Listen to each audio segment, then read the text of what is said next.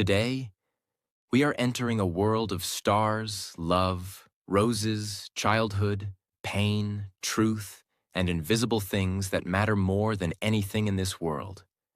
This is The Little Prince, a book that has sold more than 200 million copies. A book that has been translated into over 500 languages and dialects. And a book that is loved not just by children, but by people of all ages, from every part of the world. It's one of the most read, most gifted, most quoted, and most tattooed books in human history. But here's the strange truth. Most people read it and never truly understand it. They think it's just a children's story. They think it's about a boy and a flower. They read it in school and forget it like homework. But this time, it's different, because I'm going to take you deep inside the meaning of every chapter. Every symbol, every word, every tear. Every lesson that the author wanted to give you when he wrote this book during the war, with a broken heart, with a dream to teach adults the truth they had forgotten as children. Why this book matters. It's about childhood and how we lose it. It's about love and how we misunderstand it. It's about responsibility and why it hurts. It's about the invisible things, what we feel, what we believe, what we give to someone we love, and what they never see. This book will show you the pain of growing up, the loneliness of being misunderstood, the importance of small things, and the quiet beauty of one rose, one person, who becomes your entire world. Why this video is long? Because this is not a summary. This is not a school project. This is a journey. We are going to walk beside the little prince, from his planet to Earth, from his confusion to understanding, from his rose to his goodbye. And we are not going to rush it, because some books don't need speed, they need soul. If you're learning English, this is perfect for you, because The Little Prince is written in simple English, but deep emotions. You will learn how to understand English through feeling, not just grammar. You'll hear real storytelling and improve your listening skills without even trying. Now let's begin, and don't forget to watch till the end. Chapter 1. The Drawing That No One Understood. The story begins not with the prince, but with the narrator. A man, a pilot, a grown-up. When he was a little boy, he loved drawing. One day, he drew a picture of a boa constrictor, a giant snake, that had swallowed an elephant. It looked like this: a strange shape, round, closed, mysterious. He showed it to the adults. They said, "Why would you draw a hat?" They couldn't see the elephant inside. They couldn't imagine. They couldn't feel. So the boy tried again. He drew the snake from the inside, showing the elephant inside the belly. Now the adult said, "Stop drawing. Do something useful, like geography, math, or grammar." So he stopped drawing. He gave up on being an artist. He became a pilot. But deep inside, he never forgot that feeling of being a child, full of imagination, in a world of adults who only see with their eyes, not with their heart. This first chapter is a warning that most people lose their vision as they grow. They don't see what things really are. They only see what they're told. And this book is going to teach us to see again, like children. Chapter 2. The Boy with Golden Hair. Years later, the narrator becomes a real pilot. But one day, while flying over the Sahara Desert, something goes wrong. His engine breaks. He crashes, alone, far from any help. He has only enough water for 8 days, no people, no cities, no hope. He spends the first night sleeping under the stars. And then, just as the sun rises, he hears a small voice. Please draw me a sheep. He opens his eyes and sees a little boy with golden hair, a scarf, and eyes that looked like they came from another world. No fear, no hello, just draw me a sheep. The narrator is shocked. Who is this child? How did he get here? What is he doing alone in the middle of the desert? But the boy asks again, gently but seriously, please, draw me a sheep. So the narrator tries. He draws a sheep. No, the boy says, this one is sick. Another one? No, this one has horns. I want a real sheep. The narrator becomes tired, so he draws a box and at the end says, the sheep is inside this box. And finally, the boy smiles. That's exactly what I wanted. This is where the magic begins. Because for the first time in years, the narrator is talking to someone who sees with imagination, like he once did as a child. And slowly, piece by piece, the little prince begins to tell his story, where he came from, why he left, and what he's looking for. Chapter 3. The planet from far away. The little prince slowly begins to open up. He doesn't give answers easily. He doesn't say, I'm from planet B612. He speaks like a child who carries a big sadness inside. The narrator, the pilot, asks him, where are you from? But the boy doesn't answer. Instead, he asks, when a sheep eats bushes, does it also eat flowers? The narrator is confused. Yes, if the flower has no thorns. Then what are the thorns for? This simple question becomes deeper than it seems. The prince wants to know, why do flowers grow thorns if they can't protect themselves? And he keeps asking, with more emotion, more fire. Why would a flower try to defend itself if it's still in danger? Why? Tell me. Suddenly, he reveals what's inside his heart. He's not just asking about flowers. He's thinking about one flower, the one on his planet, the rose he left behind, the rose he loves, but doesn't understand. The narrator tries to calm him, to say, thorns don't really matter. But the prince becomes angry. He shouts, you talk like the grown-ups. You care about numbers, screws, engines. But I care about something else, something that matters more. And then, his voice breaks, and for the first time, he cries. He misses his flower. He feels alone. And even though he's just a boy, in that moment, he carries the weight of heartbreak, confusion, and helpless love. The narrator, feeling sorry, holds him and says gently, the flower you love is not in danger. I'll draw a muzzle for your sheep and a fence for your flower. And slowly, the prince calms down. This chapter shows us something deep. Children feel love more deeply than adults. They ask questions not to get facts, but to understand the world inside them. And when you laugh at their questions, you hurt their soul. This is a message to every adult. Never kill a child's curiosity. It may be their way of asking for love. Chapter 4. The Secret of Asteroid B612. Now the narrator begins to guess. This little boy must have come from a tiny planet. And finally, we learn the name. Asteroid B612. But here's something powerful. The narrator says that when a Turkish astronomer first discovered this asteroid, he was laughed at because he wore traditional Turkish clothes. Later, when he gave the same presentation wearing a European suit, people believed him. What does that teach us? Adults believe things not based on truth, but based on appearances. They listen to suits, not souls. They respect numbers, not meaning.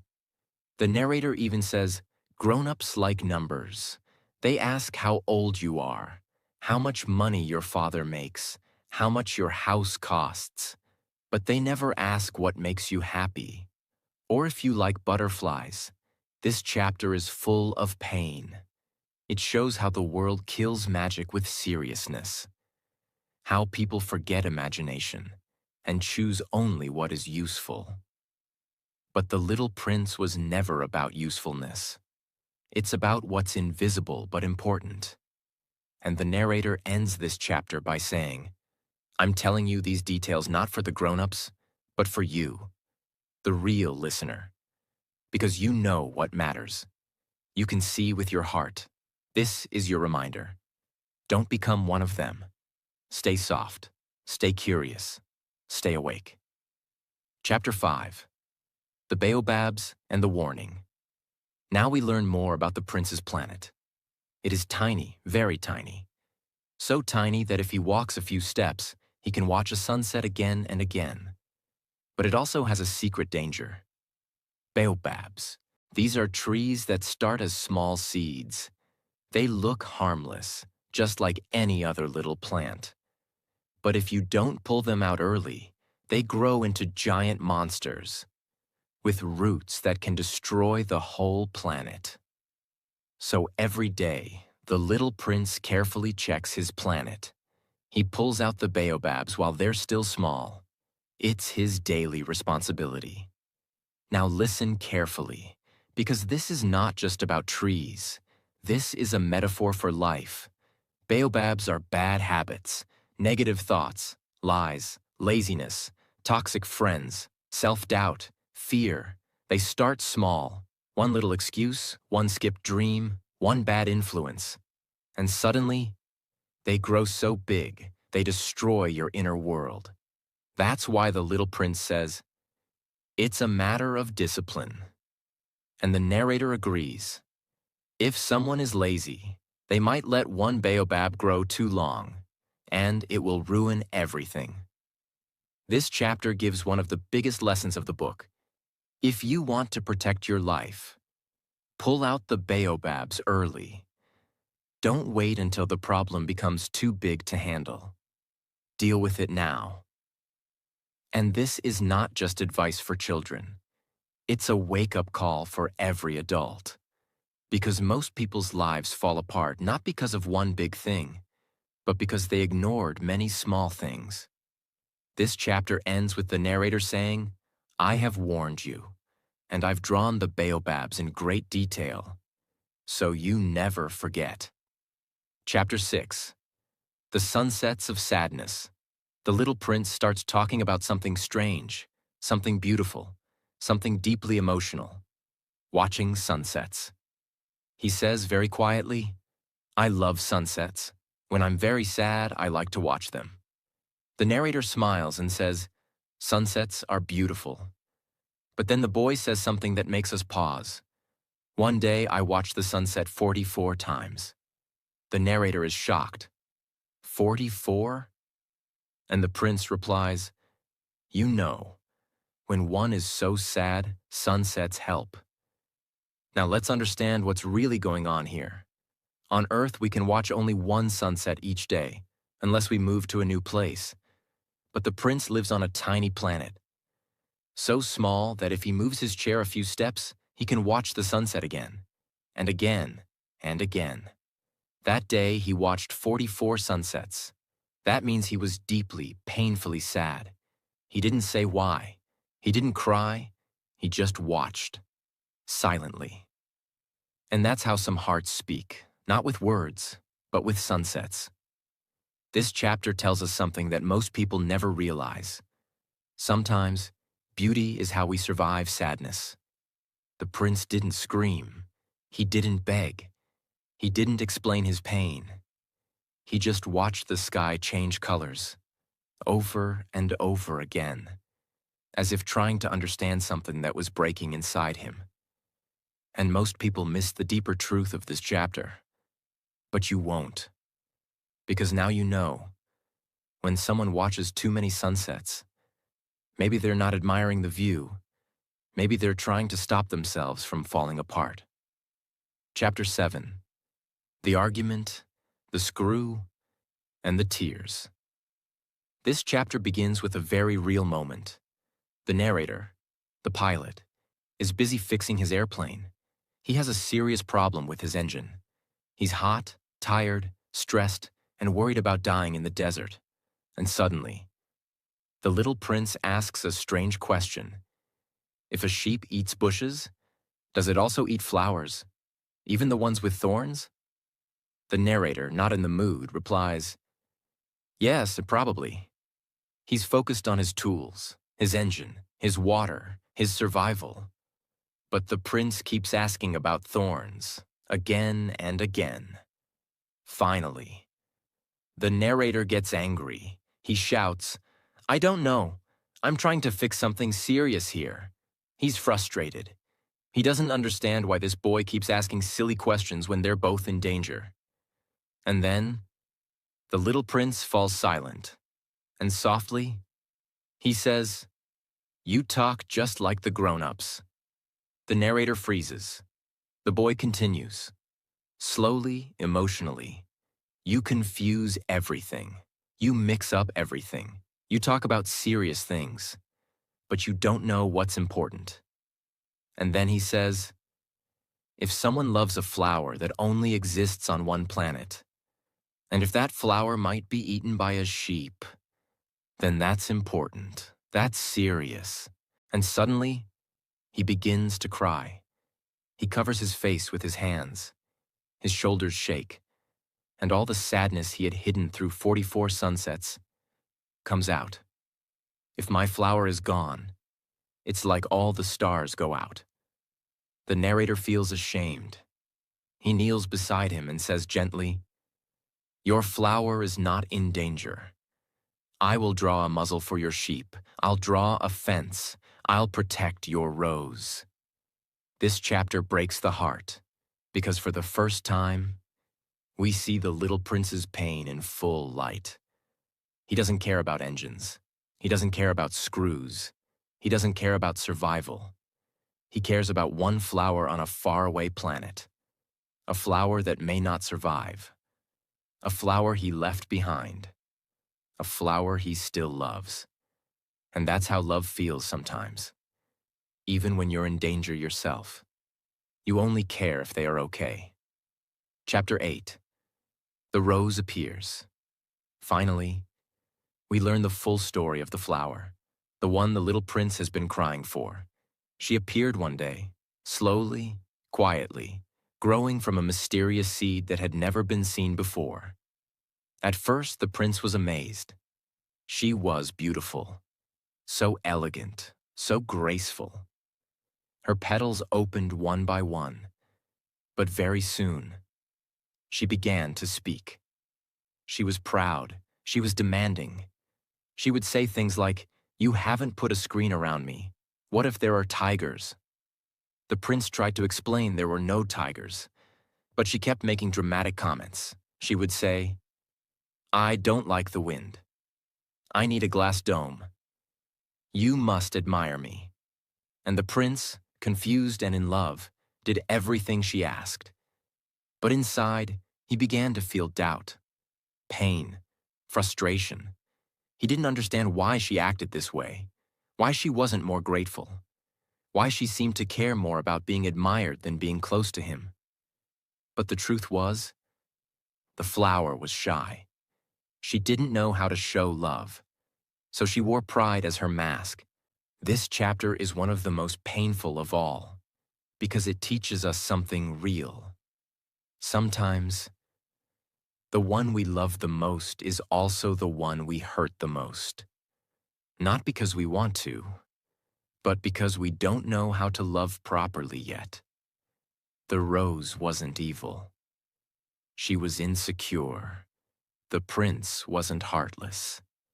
He was confused. And between two people who loved each other, silence grew. Chapter 9. The farewell to the flower. After many days of silent sadness, the little prince makes his final decision. He will leave his planet. He wants to understand the world. He wants to know why his heart is hurting. He wants to visit other planets and maybe forget the pain. But before he leaves, he has to say goodbye to his volcanoes, to his tiny planet, and to his flower. He cleans out his two active volcanoes, which he uses to cook breakfast. He also cleans the third one, which is extinct. He says, "You never know." And then, the hardest part begins. He goes to his flower. She is proud, as always, but also softer than before. She says, "I was wrong to treat you badly. Please be happy. Don't put the glass dome over me anymore. I don't need it. I'll be fine. I'm strong. I love you." The little prince is surprised. She's finally showing her love. But he's already leaving. There is a long silence between them. No hugs, no dramatic tears, just a quiet, painful goodbye. The flower says, "Don't wait around. You decided to go, so go." And the prince walks away. Now let's pause here and understand something very, very deep. This moment is not just a goodbye. It's a lesson in real love. The flower doesn't say, "Don't leave. Take me with you. You'll regret this." She simply says, "Be happy. That's enough." And this is what true love looks like sometimes. Letting someone go, even when it breaks your heart. Not controlling them. Not begging them. Just quietly wishing them peace. And hiding your pain behind the wind. This chapter is short in words, but infinite in meaning. Chapter 10. The Planet of the King. The little prince begins his journey. He visits a series of tiny planets, each one with just one grown-up. The first planet has a king on it. This king wears a long robe. He sits on a throne. There are no people around, but he still acts important. The king sees the little prince and says, "Ah, a subject." The prince replies politely, "Excuse me, sir, may I sit down?" The king says, "I order you to sit down." The prince asks questions like, "Do you rule the whole planet? And the stars too?" The king says yes. He rules everything. The prince is amazed. "Can you order the sun to set?" The king replies, "Yes, I will, but I must wait for the right moment. Then it will obey." The little prince is confused. This king only gives orders that will happen anyway, so he can say he's always obeyed. Then the prince says, "Can you order me to leave now?" The king says, "I order you to leave, but come back soon." Now, let's break this down. This king shows us the adult obsession with control. He wants to be seen as powerful. He gives orders to no one. He pretends to rule everything. But in truth, he is alone. He only orders things that would happen anyway, just to feel important. This chapter is about fake power, about people who want respect, but do nothing to earn it. People who chase the title but have no connection, who want followers, but no relationships, who want to rule, but don't know how to lead. And the prince? He sees through it immediately. He is polite, but he leaves. He is searching for something real, not a throne, not power. He is looking for meaning. Chapter 11. The Planet of the Vain Man. The next planet is home to a vain man. He wears fancy clothes. He smiles big. He stands like a statue. When he sees the little prince, he says, "Ah, an admirer." The prince is confused. The vain man says, "Clap your hands." The prince claps. The man bows. Again, clap, bow, clap, bow. The prince asks, "Do you really admire me?" The man replies, "Of course, but what does that mean exactly?" He doesn't know, but he still wants to be admired. By anyone. For anything. He doesn't care who the prince is. He just wants applause. This is a powerful and sad image. Because we all know people like this. People who only live for attention, who want likes, comments, praise, but have nothing real inside. No soul, no substance, just a mask. This man is not evil. He's just empty. And that's even more painful. He believes that being admired means being loved. But love is not clapping. It's not performance. It's not about being seen. It's about being known. The little prince soon gets bored. He sees that the man doesn't care about him, only about himself. So he leaves again, still searching, still lonely, still trying to understand why people become like this. Chapter 12. The Planet of the Drunkard. This planet is small, lonely, and dark. The prince arrives and sees a man sitting quietly. The man has a bottle in one hand and empty bottles all around him. The prince asks, "What are you doing?" The man says, "I'm drinking." The prince asks, "Why are you drinking?" The man replies, "To forget." "Forget what?" "To forget that I'm ashamed." "Ashamed of what?" "Ashamed of drinking." And the prince is speechless. He doesn't understand this kind of adult. He simply leaves, quietly and sadly. Let's now understand the deep meaning of this short but emotional chapter. This drunkard is not just a joke. He is a symbol of something very real, something you see every day. People who are trapped in cycles of pain. People who run from their problems, but end up back at the same place. People who do things that make them feel worse, and then try to escape the shame by doing it again. It's not just about alcohol. This chapter is about all kinds of self-destruction. People who spend money to feel good, then feel guilty. People who hurt others, then hurt themselves. People who eat too much, lie too much, scroll too much, shout too much, and say, "I can't help it." This is not evil. This is pain. This chapter reminds us, don't laugh at someone's weakness. Try to understand the sadness behind it. And don't let your shame become your cage. Because if you do, you'll become like the drunkard, going in circles, forever. Chapter 13. The Planet of the Businessman. The next planet is very strange. The little prince sees a man counting things. He's serious, focused, never looks up. He's writing numbers, over and over.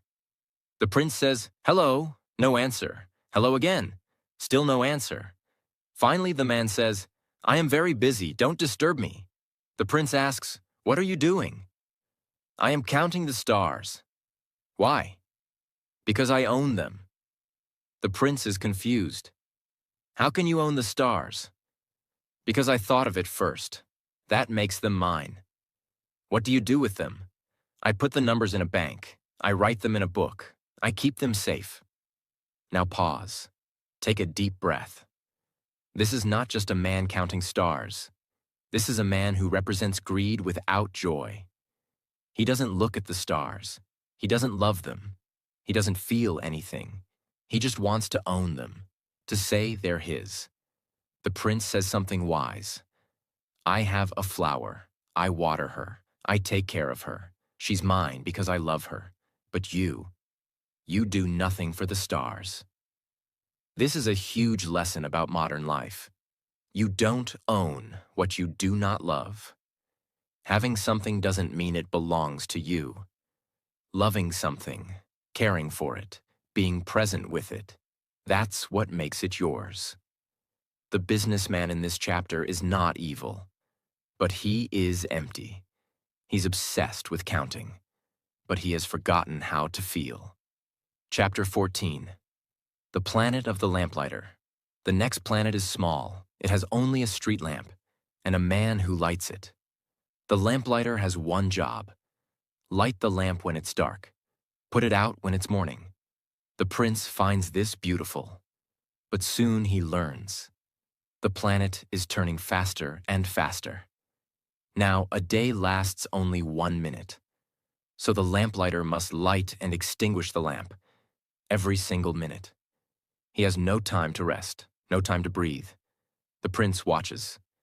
Light the lamp, blow it out, light it again, blow it out. The prince says, "Why don't you stop?" The man replies, "Orders are orders." He's kind. He's loyal. but he's trapped in a job that no longer makes sense. Now pause here and feel this. This man is a symbol of so many people in today's world. People who work hard, people who follow rules, people who obey blindly. But the world has changed, and no one asked, is this still meaningful? The lamplighter is tired, but he still lights the lamp because he believes in responsibility. And that's what makes the prince admire him. The prince says, he's the only grown-up I can talk to because he thinks of others, not just himself.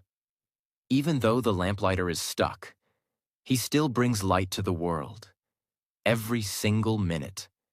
And that's beautiful. This chapter gives us a powerful truth. There is nobility in service. But don't lose your soul in the name of duty. Light the world, yes, but remember to also rest. And ask yourself, is this the best use of my time? Chapter 15. The Planet of the Geographer. The little prince lands on the 6th planet. This one is much larger than the others, and on it lives a geographer. This man is sitting at a big desk surrounded by books, maps, and important-looking papers. The prince is excited. Finally, someone who studies the world. Maybe he knows about oceans, mountains, cities, deserts. But the geographer says something strange. I don't know. I'm not an explorer. I just record what others tell me. The prince is confused. You don't go see for yourself? No, says the geographer. I'm too important. Explorers tell me what they see, and I write it down. This shocks the prince. Then the geographer says, tell me about your planet. Is there anything interesting? The prince proudly talks about his flower. But the geographer says, we don't record flowers. They're ephemeral. What does ephemeral mean? The prince asks. It means something that doesn't last. Suddenly, the prince falls silent. He realizes something heartbreaking. His flower, the one he left, might not live forever. She's delicate. She's temporary. She could die while he's gone. And for the first time, he feels real fear. Not for himself, but for someone he loves. Let's pause here and understand what this chapter teaches us. The geographer is a symbol of people who collect knowledge, but never experience life. He has maps, but no memories. He writes about rivers, but has never felt the water. He talks about permanence, but doesn't understand love. And this is a danger in today's world. We collect information, but lose feeling. We chase data, but ignore emotion. We think something isn't valuable unless it lasts forever. But some of the most beautiful things in life are temporary. A sunset, a flower, a moment of love, a goodbye. This chapter teaches us, don't wait until something disappears to realize it was everything. The prince decides it's time to go to his next and final stop, planet Earth. Chapter 16, Arrival on Earth. The narrator tells us Earth is not like the other planets. It's not home to one king, or one drunkard, or one vain man. It has hundreds of kings, thousands of businessmen, millions of vain people, and billions of adults who have forgotten how to see. It is full of rules, wars, borders, routines, systems, numbers, and noise. But it's also full of beauty, life, and secrets, if you know where to look. The narrator gives us a picture of just how crowded Earth is. There are 2 billion adults, and if they all stood close together like sardines, they would take up a space the size of a city square. In short, the Earth is big, and yet, even in this massive, complicated planet, the little prince lands quietly, invisible, and unnoticed, in the middle of the desert, just like the narrator did years later. He doesn't land in a city, not in a palace, not among people. He lands alone. And that's symbolic, because even though Earth is full of people, most people feel alone. We live in crowds, but we are disconnected.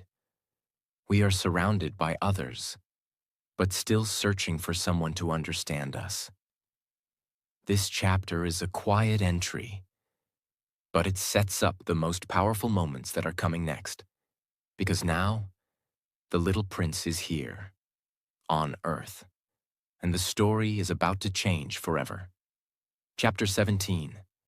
The Snake in the Desert. As the prince walks through the endless sand, he meets a golden snake. It is thin, smooth, and silent. It looks small, but feels powerful. The prince says, "Good evening."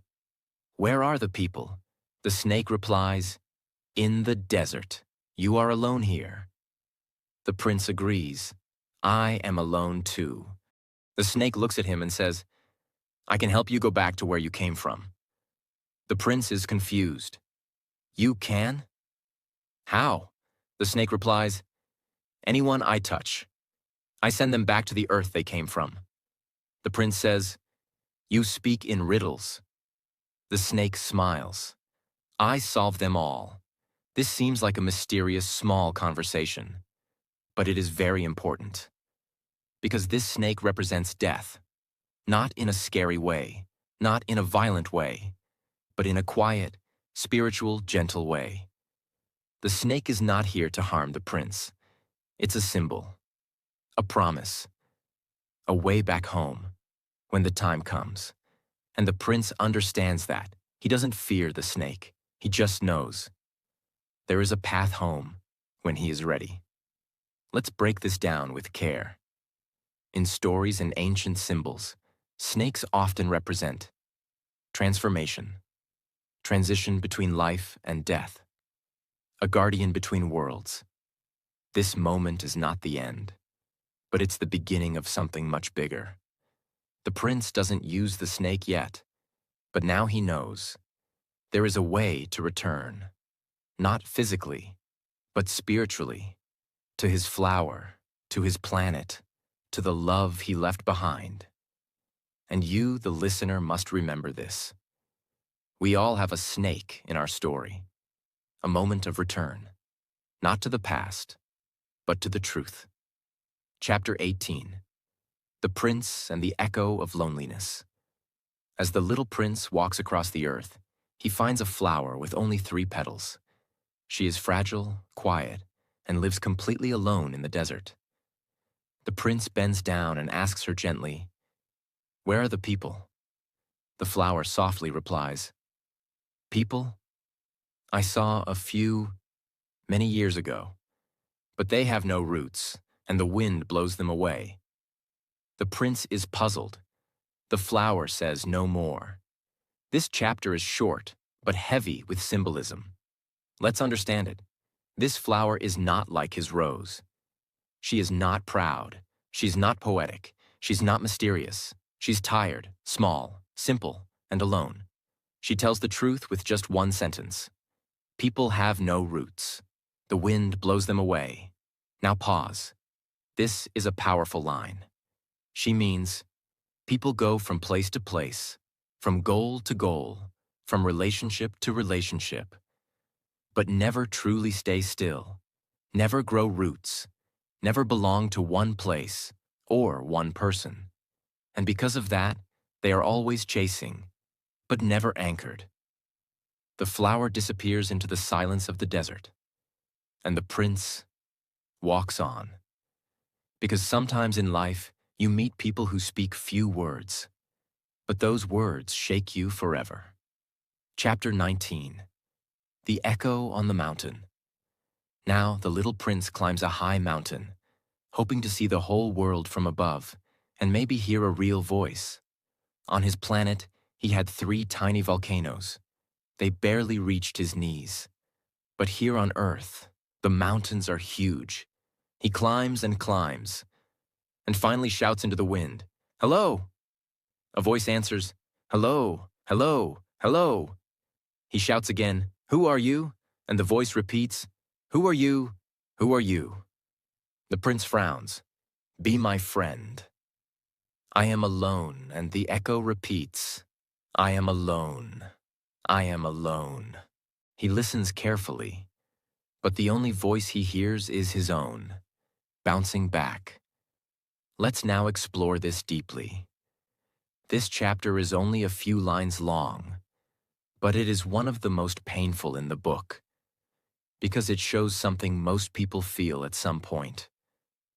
The pain of talking to the world and hearing only your own voice. You want connection. You want someone to reply. You want love, understanding, presence. But instead, you get echoes. People don't really answer you. They just reflect your voice back to you. And in that moment, the prince realizes, Earth is big, but still lonely. That's a feeling most people today can relate to. You message someone, and they reply with one word. You try to open your heart and get silence. You try to love and feel alone in return. And the prince? He doesn't cry. He doesn't scream. He just keeps walking, because sometimes you have to keep going through the silence before you find someone who truly listens. Chapter 20. The Garden of Roses. And now, the moment that breaks the little prince's heart. He's walking through the fields, still thinking of his Rose back home. In his mind, she is special, unique, one of a kind. She told him, I'm the only rose in the universe. And he believed her. But then, he turns a corner and finds an entire garden full of roses, hundreds, thousands, all blooming, all beautiful, all like his rose. He stands there, frozen. He says quietly, they all look like her. And then with a heavy voice, he says, I thought I was rich because I had one unique flower, but I have nothing. She's not unique. She's just like all of them.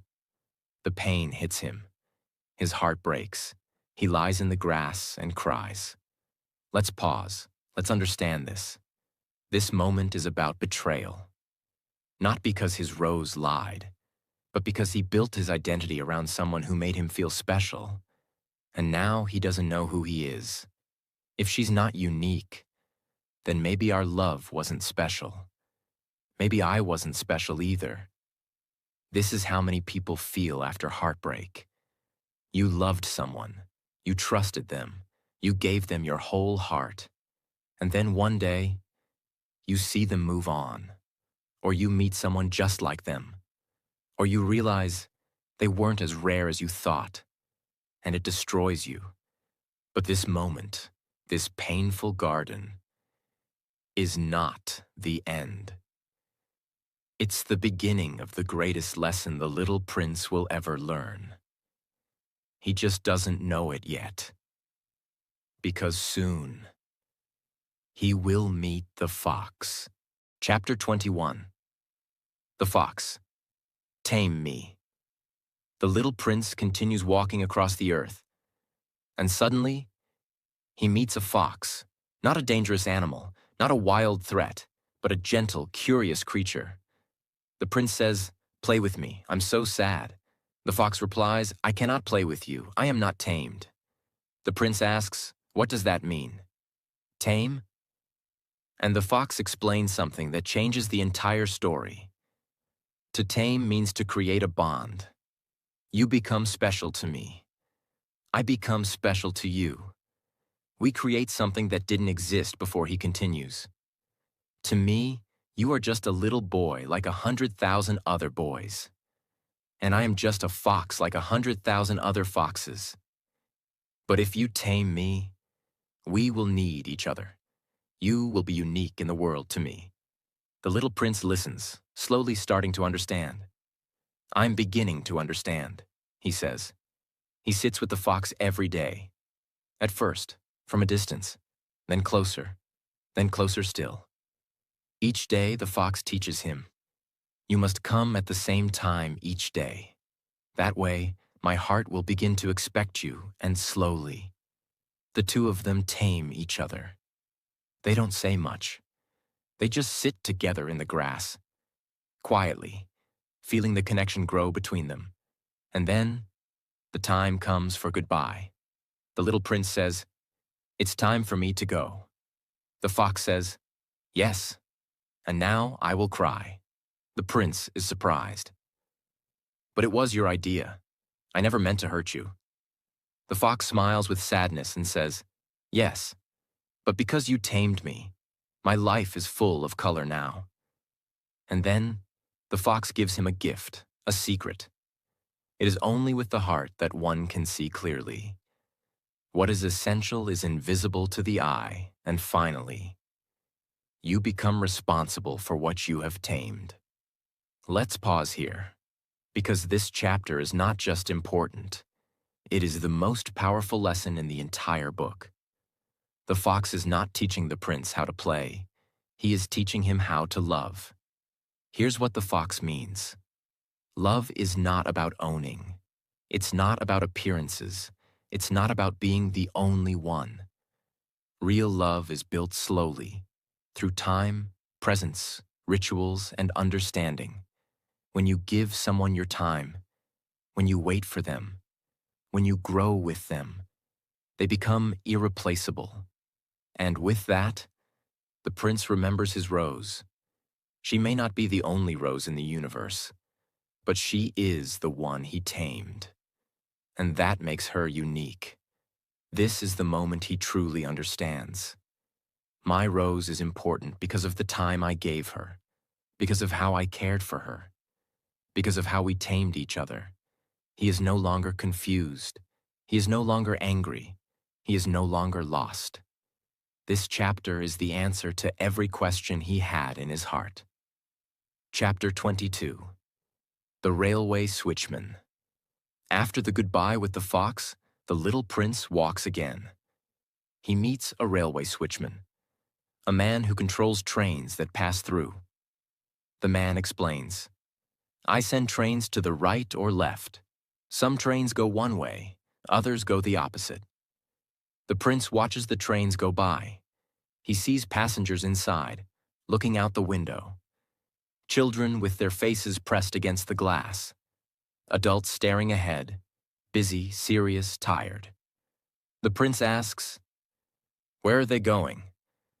The switchman says, "They don't even know. They're just in a hurry." The prince asks, "Why are the children looking outside?" "Because children always know what they're looking for," the man replies. Now this might seem like a quiet chapter, but it holds another powerful message.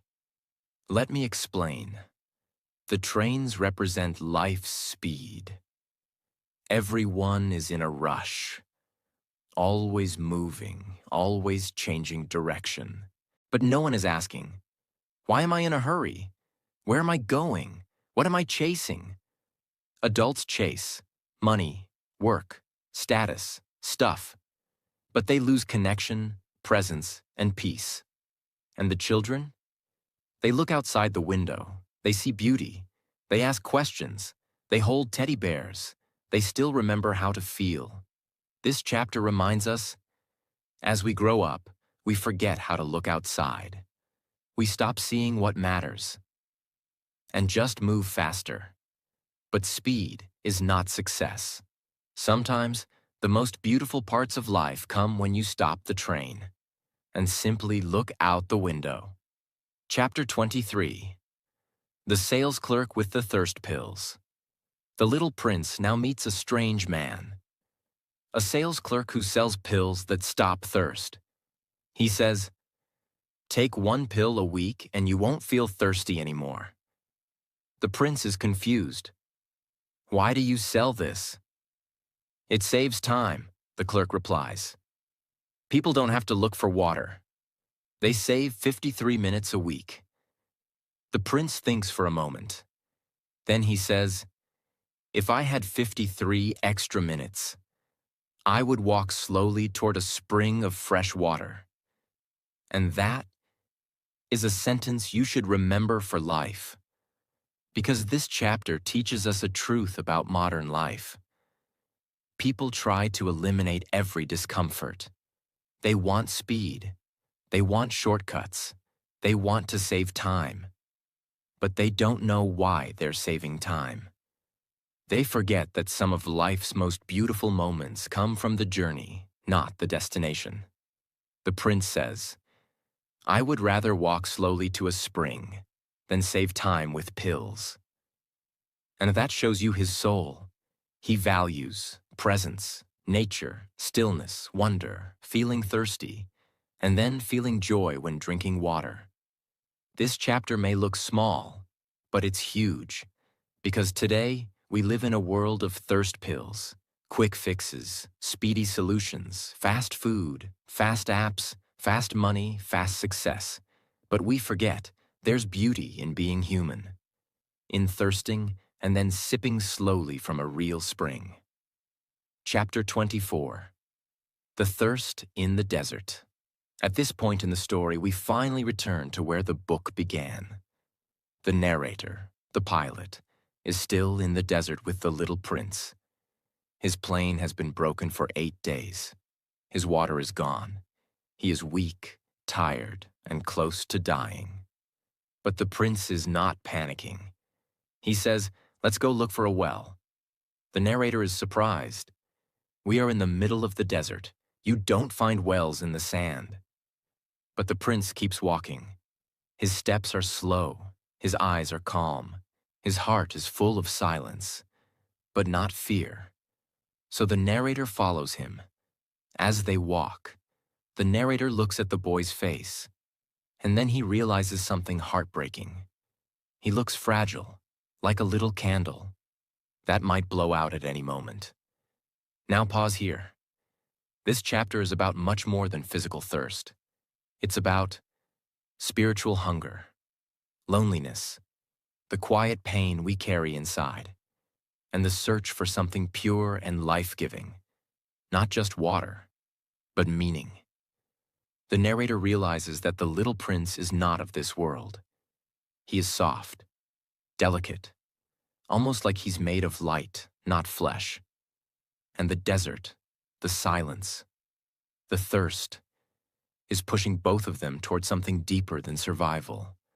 They're not just looking for water, they're looking for truth, something real, something refreshing, something that reminds them we are still alive, and it means something. Chapter 25. The Hidden Well. After walking all night under the stars, finally, as the sun rises, they find a well. It's not just a hole in the sand. It's an old, stone-built well with a rope and pulley, like something from a fairy tale. The prince smiles. The narrator pulls the rope. The sound of the bucket rising is music in the silence of the desert. They drink. And it's not just refreshing. It feels holy. It's not just water. It's a gift. A reminder that even in the deepest dryness, there is still something pure waiting beneath the surface. Now listen to what the little prince says.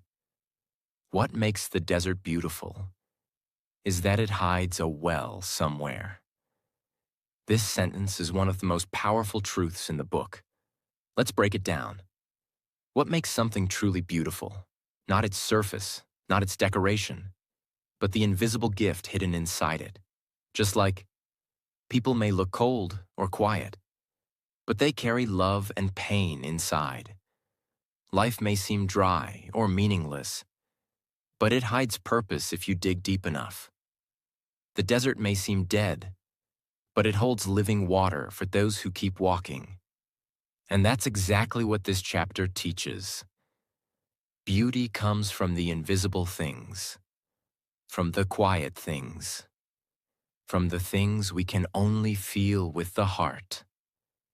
As they rest, the prince says, "The people where you live grow 5,000 roses in one garden, but they still don't find what they're looking for. And yet, what they seek could be found in a single rose or a drop of water." Let that sink in. This is the truth of modern life. We search everywhere. We chase everything. We want more. But we forget. Sometimes the thing we need most is already with us. Love. A small friend, a glass of water, a moment of silence. And that is what the narrator finally understands. He is no longer just a pilot. He is now a student of the prince's wisdom. And the prince? He is preparing to return. Chapter 26. The Goodbye. Now the story begins to break your heart. The narrator fixes his plane. He tells the prince, "You'll be safe now. I can go back home." But the prince? He's not smiling. He's quiet. He says, "I'm going back too. Back to my planet. Back to my flower." The narrator doesn't understand. How? What do you mean? And then the prince explains. Softly. He has a plan. He will let the snake, remember the golden snake from chapter 17, bite him, gently, so that his spirit can leave his body and return to his planet. The narrator is horrified. No, that's dangerous, that's death. But the prince calmly says, "Don't be afraid. It will only look like I'm dying. My body will fall, but that's just a shell. I'll be going home." He continues, "You mustn't come when it happens. It will make you sad, and you'll think I'm gone. But I'm not. My body is too heavy to take with me." Let's pause here. This is one of the most emotional scenes ever written in literature. The prince is not afraid of death, because to him, death is not an ending. It's a return. He is going back to his rose, to take care of her, to be with the one he tamed. He is not running away. He is going home. And what makes this chapter so powerful is that it's not dramatic. It's quiet. It's gentle. It's full of love and peace. That night, the prince walks into the desert. The narrator watches from a distance. And then, the snake bites. The prince falls silently. No cry, no fear, just stillness. The narrator runs to him, but the boy's body is already still. He kneels beside him and cries, like a man who has lost his child, his best friend, his teacher, his light. And that's how the chapter ends.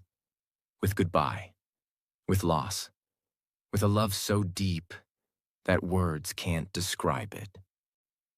Chapter 27. The Star That Laughs. Time has passed. The narrator, the pilot, has returned home. His plane was repaired. His body is alive. But his soul is forever changed. Because the little prince is gone. Or at least, his body is gone. The narrator tells us what happened that morning after the snake bit the prince. He searched for the boy's body, but it had disappeared. Gone.